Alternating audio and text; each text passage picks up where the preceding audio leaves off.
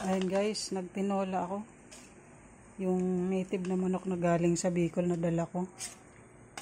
Yan. Actually, yung laman loob nito iniwan ko kasi bawal sa akin yung laman loob. Kaya puro laman lang ito. Nilagyan ko siya ng papaya.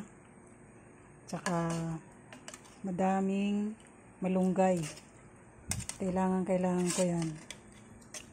Tapos syempre madaming luya, pampatanggal ng lansa. Tapos nilagyan ko din siya ng lemongrass o tanglad na pampalasa sa ating mga niluluto. Yan. So walang ano to, bali wala siyang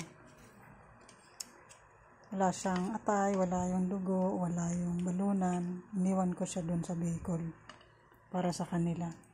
Ngayon, ito ang kakainin natin dinner.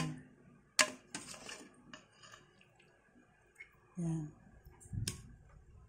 Gusto ko kasi ng may sabaw. Saka yung madaming malunggay. Gusto ko maraming malunggay.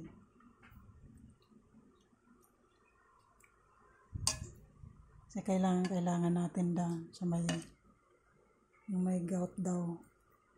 Need ng mga green leafy at saka sa mga green na na pagkain. So dadamihan ko ng kain ngayon yan.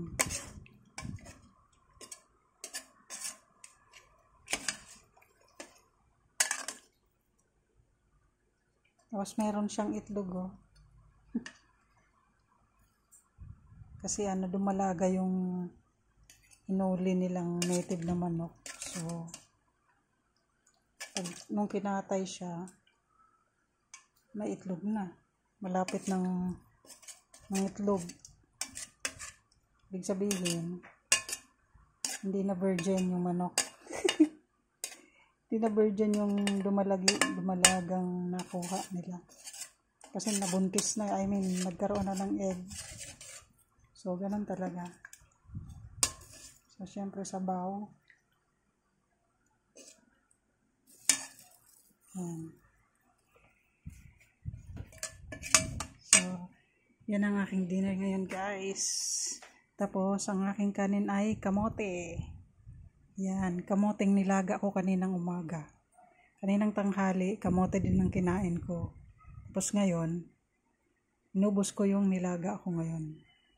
Marami tayong gamot na iinumin. So, ayan. Let's eat guys. Ang aking tinolang native chicken. So, tara, saluhan nyo ako. Ang ating kanin. Kamoteng baging. Yehoo! Let's go. Let's eat.